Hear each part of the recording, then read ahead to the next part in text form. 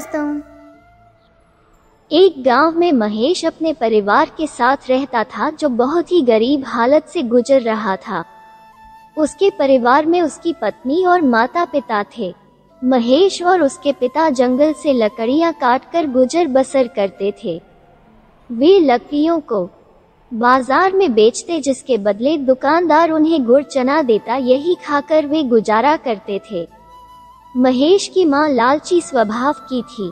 वो रोज गुड़ चना खाकर गुजारा करने वालों में से नहीं थी। तो उसने गुस्से में एक ही बात बोली कि 25 साल हो गए शादी को, आज तक खीर हलवा नहीं खाने को मिला, तो यह कैसा घर। माँ की बात सुनकर महेश सोचने लगा कि माँ ने आज तक खीर हलवा नहीं खाया, अगर मैं उसको खीर हलवा न खिला पाया तो मैं कैसा बेटा। वो अगले दिन सुबह जल्दी ही खड़ा होकर जंगल लकड़ियां काटने चला जाता है। उस दिन वो ज्यादा लकड़ियां काटता है, जिससे वो गुड़ चने की जगह दुकानदार से पैसे मांगता है। दुकानदार उसे 5 रू देता है। उन पैसों से वो खीर हलवे का सामान खरीदता है और अपनी माँ से खीर हलवा बनाने के लिए कहता है। सामान देखकर उसकी माँ बहुत खुश होती है और बनाने की तैयारी करने लगती है। जैसे ही खीर हलवा बनकर तैयार होता है, महेश की माँ उसे 4 थालियों में डाल देती है। लेकिन अचानक उनके घर एक ब्राह्मण प्रकट होते हैं और भिक्षा की मांग करते हैं। उनके पास ब्राह्मण को देने के लिए कुछ नहीं था, तो महेश अपनी थाली भिक्षा समझकर ब्राह्मण को दे देता है। ब्राह्मण अत्यधिक प्रसन्न होते हैं, किंतु उसे खाने के बाद भी उनका पेट नहीं भरता, तो महेश के पिता भी अपनी थाली उन्हें दे देते हैं और बाद में उसकी पत्नी भी अपनी थाली ब्राह्मण को दे देती है। महेश की माँ यह सब कुछ देख रही थी। ब्राह्मण को देने के डर से वो जल्दी जल्दी खीर हलवा खा जाती है। ब्राह्मण वहां से चले जाते हैं और थोड़े ही दिनों में महेश और उसका परिवार धीरे धीरे मृत्यु को प्राप्त हो जाता है। भगवान एक थाली का फल उन्हें अगले जन्म में देते हैं। उन सब का दूसरा जन्म होता है। महेश अगले जन्म में राजा भोज बनकर जन्म लेता है। उसके पिता सबसे बड़े ज्ञानी पंडित और उसकी पत्नी उस ज्ञानी पंडित की बेटी जो खगोल शास्त्र में निपुण थी। लेकिन अभी तक उसकी माँ का कोई पता नहीं था। अपने ऐशो आराम को देख राजा भोज एक दिन दुविधा में फंस जाते हैं कि मैंने पिछले जन्म में ऐसा क्या पुण्य किया था जिसकी बदौलत ईश्वर ने मुझे राजा भोज बनाया। राजा अपने आसपास के सभी ज्ञानी पंडितों ब्राह्मण को महल बुलवाता है और उनसे यही सवाल करता है कि मैंने पिछले जन्म में ऐसा क्या पुण्य किया था जिसकी बदौलत ईश्वर ने मुझे राजा भोज बनाया।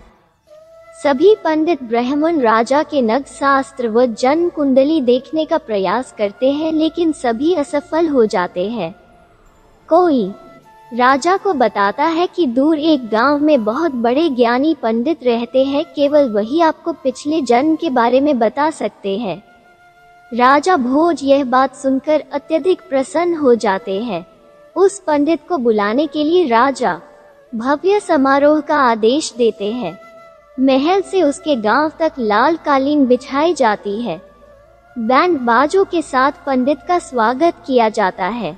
जब वो पंडित महल पहुंचता है तो ना राजा को और न ही उस पंडित को ये पता था कि हम दोनों पिछले जन्म में बाप बेटे थे। पंडित सभी उपदेशों में ज्ञानी था, लेकिन उसे नहीं पता था कि राजा पिछले जन्म से संबंधित सवाल करेंगे और ना ही वो पंडित पिछले जन्म के बारे में कुछ जानता था। राजा वही सवाल पूछता है। पंडित में राजा को मना करने की हिम्मत नहीं थी, क्योंकि राजा को इसके और इसके ज्ञान के बारे में बहुत कुछ बताया गया था। तो पंडित ने राजा के सभी सवालों के जवाब देने के लिए 1 महीने का समय मांगा। राजा इतने प्रसन्न हुए कि उन्होंने पंडित के घर 1 महीने के लिए महल का राशन भिजवाया। दिन बीतते गए। पंडित घबराहट के मारे सोचने लगा कि 1 महीना होने पर क्या जवाब दूंगा। अपने पिता की हालत देख उसकी बेटी पूछने लगी, जो पिछले जन्म में राजा भोज की पत्नी थी, पिताजी कुछ दिनों से आप मुझे परेशान दिख रहे हैं। क्या बात है, मुझे बताइए। पिता पंडित उसे सारी बात बताते हैं। बेटी ने गौर से सारी बात सुनी, जो खगोलशास्त्रीय में निपुण थी। कहती है, पिताजी आप परेशान न हो, अगली बार जब महल जाना हो तो मुझे लेकर चलना, मैं दूंगी राजा के सभी सवालों का जवाब। 1 महीना पूरा हो जाता है, पंडित को महल बुलाया जाता है। राजा के पूछने पर वो बोलता है, महाराज ये बात तो इतनी छोटी है कि इसका जवाब मेरी बेटी भी दे सकती है। उसकी बेटी सामने आती है, वो काफी खूबसूरत थी। कन्या राजा के दोनों हाथ पकड़ती है और उन्हें स्वर्ग की यात्रा पर ले जाती है। वहां का दृश्य देखकर राजा अचंभित हो जाता है। ईश्वर ने वहां बहुत ही सुंदर महल बनवाया था, जहां चारों ओर सुख ही सुख थे। राजा उसकी विद्या देखकर हैरान रह जाते हैं। राजा समझ चुके थे कि उनके सभी सवालों का जवाब केवल वही दे सकती है। राजा मन ही मन उससे विवाह करने की सोचने लगे। थोड़ी ही देर में राजा भोज देखते हैं, स्वर्ग का सुंदर महल अचानक टूटने लगता है। कन्या समझ चुकी कि राजा के मन की बात ईश्वर को मंजूर नहीं।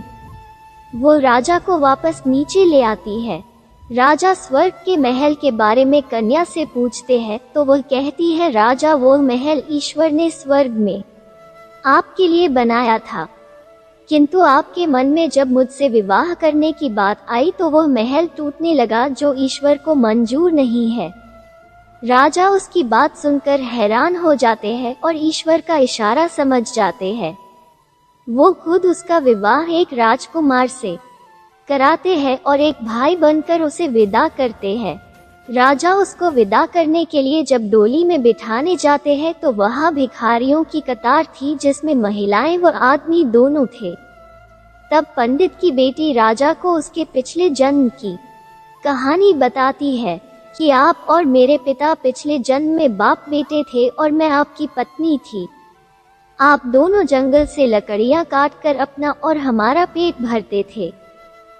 एक दिन हमारे घर खीर हलवा बना था, जो एक ब्राह्मण खाने आया था, जो कोई और नहीं स्वयं कृष्ण भगवान थे। हम सब ने अपनी थाली उस ब्राह्मण को भिक्षा समझकर दे दी, लेकिन आपकी माँ ने अपनी भूख मिटानी चाहिए, जिसका फल ईश्वर ने हमें इस जन्म में दिया है। राजा उससे माँ के बारे में पूछता है, क्या माँ का दूसरा जन्म हुआ? तो वो बताती है, राजा ये जो भिखारियों की कतार है ना, यही आपकी माँ कटोरा लेकर खड़ी है। कर्म एक ऐसी फसल है जो हम बीजते हैं वही काटते हैं। किए गए शुभ अशुभ कर्मों का फल भोगना ही पड़ता है, चाहे जितने भी कल्प बीत जाए। इसलिए ईश्वर से नहीं, अपने कर्मों से डरना चाहिए, क्योंकि कर्मों का हिसाब तो देना ही पड़ता है। भगवान के सामने सभी भक्त एक ही समान होते हैं। वे सभी को एक समान प्रेम करते हैं। इसी बात को प्रमाणित करते हुए आज हम आपके लिए लेकर आए हैं भगवान के परम भक्त भीम कुम्हार की कथा, जो कि एक बिल्कुल सामान्य व्यक्ति था। आइए जानते हैं कि किस प्रकार भीम कुम्हार को भगवान की प्राप्ति हुई। इस कथा से आपको विश्वास हो जाएगा कि भगवान अपने भक्तों का कल्याण किस प्रकार करते हैं। इसके लिए सुने हमारे भीम कुम्हार की पूरी कथा कि कैसे श्री भगवान उसे मिले। बहुत ही पहले की बात है। दक्षिण में जहाँ वेंकटाचल है, उसी के समीप कुलग्राम में एक कुम्हार रहता था। उसका नाम भीम था। उसकी भगवान के प्रति बहुत ही श्रद्धा थी। वो हमेशा कोई भी काम करता तो भगवान के ध्यान मग्न रहकर ही करता। वो इतना सच्चा भक्त था कि भगवान श्री वेंकटनाथ उसकी हर पूजा को स्वीकार करते थे, क्योंकि उस पूजा में भीम की पूरी श्रद्धा होती थी। उसी समय में वहां के राजा तोंडमान थे, जो कि भगवान के सच्चे भक्त थे। वो प्रतिदिन भगवान श्रीनिवास की पूजा बहुत ही सुंदर सुंदर पुष्पों से किया करते थे। लेकिन एक दिन जब वे पूजा करने आए तो यह देखा कि भगवान के आगे पहले से ही पुष्प चढ़े हुए हैं। मिट्टी से बने हुए कमल और तुलसी के पुष्प भगवान के आगे चढ़ाए हुए हैं। इस बात से हैरान होकर राजा तोंडमान से रहा नहीं गया।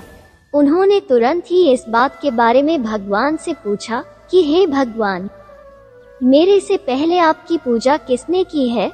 तो भगवान ने कहा कि हे तोंडमान, ये पूजा तो कुर्मग्राम में एक मेरा भक्त भीम कुम्हार है, जो कि बड़ी श्रद्धा से मेरी पूजा करता है, और मैं हमेशा उसके निश्चल मन से की हुई पूजा स्वीकार करता हूँ।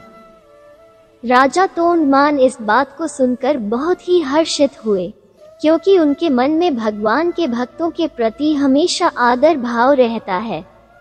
वो इस बात को देखने के लिए कि ऐसा कौन सा भगवत भगत है जो कि भगवान को इतना प्रिय है, उसके दर्शन की इच्छा को मन में करके राजा वहां से कुर्मग्राम में जा पहुँचे।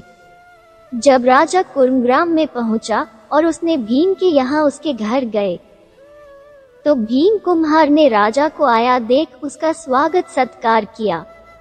राजा ने बड़ी ही गदगद वाणी से कहा कि हे भीम, तुम अपने कुल में सबसे श्रेष्ठ हो, भगवान के तुम अनन्य भक्त हो।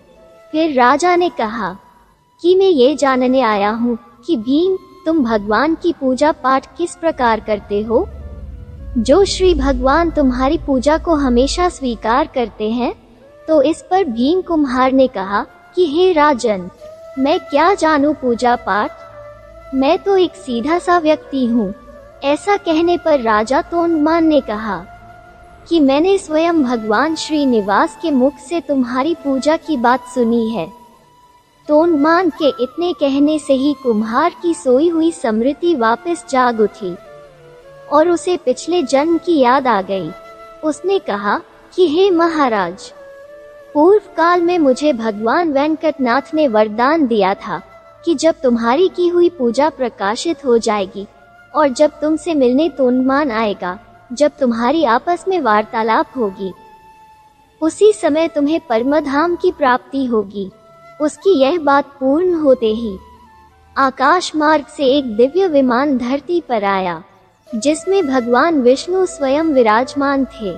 कुम्हार और उसकी पत्नी ने भगवान को प्रणाम करते करते उसी समय वहां प्राण त्याग कर दिव्य रूप धारण करके विमान पर जा बैठे और विमान उन्हें परमधाम वैकुंठ लोक को लेकर चला गया। इसी प्रकार भीम कुम्हार और उसकी पत्नी को मुक्ति प्राप्त हुई। बोलिए भगवान विष्णु की जय हो। फिर मिलेंगे दोस्तों एक नई कहानी के साथ। तब तक के लिए हंसते रहें, मुस्कुराते रहें, अपना ख्याल रखें और इसी तरह हमारे साथ जुड़े रहें। धन्यवाद।